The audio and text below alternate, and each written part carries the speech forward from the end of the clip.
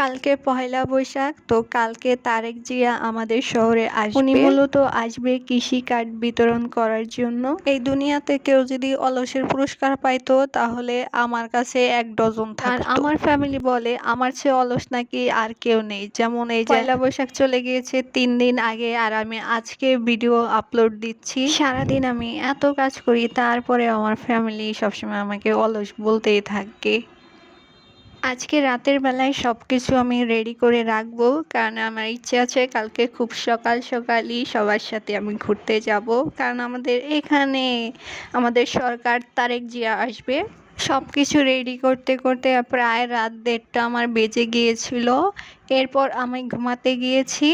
এত রাতে ঘুমানোর ফলাফল পরের দিন সকাল ১১টার সময় আমার ঘুম ভাঙছে। তখন নিউজে শুনি তারেক জিয়া এখনো আসেনি, উনি কিছুক্ষণের মধ্যে আমাদের এখানে চলে আসবে। আমাদের বাসায় খিচুড়ি রান্না করছিল, আর অন্যদিকে আমি সালাদ রেডি করছিলাম।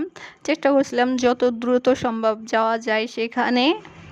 তো আমি ফ্রিজ থেকে শসা বের করে নিলাম। তো আমি কাঁচা আমের শরবত বানাবো, সেজন্য ফ্রিজ থেকে আগেই বের করে রেখে দিচ্ছি বাইরে নর্মাল হওয়ার জন্য।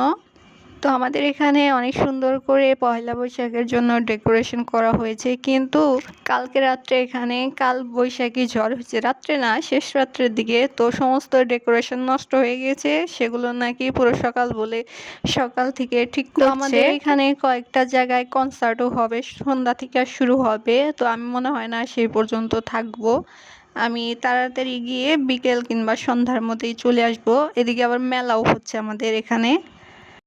তো আমি খাওয়া দাওয়া শেষ করে এই যে রেডি হয়ে গিয়েছি, এবার শুধু ড্রেস পরবো, এরপরেই চলে যাব।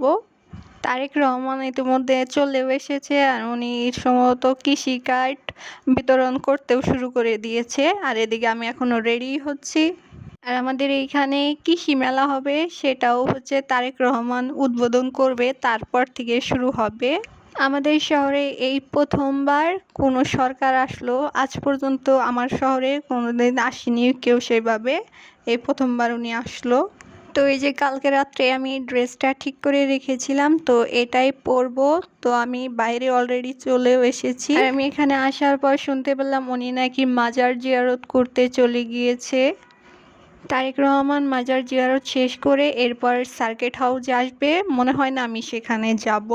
আচ্ছা যাই হোক, আমার তার সাথে দেখা করার কোনোই প্রয়োজন নাই। এদিকে আমার জুতার অবস্থা খারাপ হয়ে গেছিলো, সেটাকে ঠিক করে আবার পরে নিলাম। তো এখানে আসার পরে কোনোভাবেই বোঝাই যাচ্ছে না যে কালকে শেষ রাতে বৃষ্টি হয়েছিল, সব কিছু নষ্ট হয়ে গিয়েছিল। তো এখানকার ডেকোরেশন কিন্তু একটু অন্যরকম, মানে ধান থিমে করেছিল সব কিছুই। মানে এমনি যতটা গরম তার চেয়ে মানুষের গরম বেশি ওইখানে ছিল।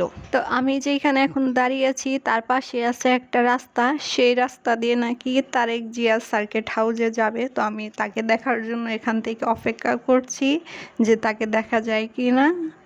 তো এখানে কে যেন ফুল গাছ লাগিয়ে রেখেছিল, তো আমার দেখে খুব ভালো লাগলো, এজন্য একটি ফুল ছিঁড়েও নিলাম।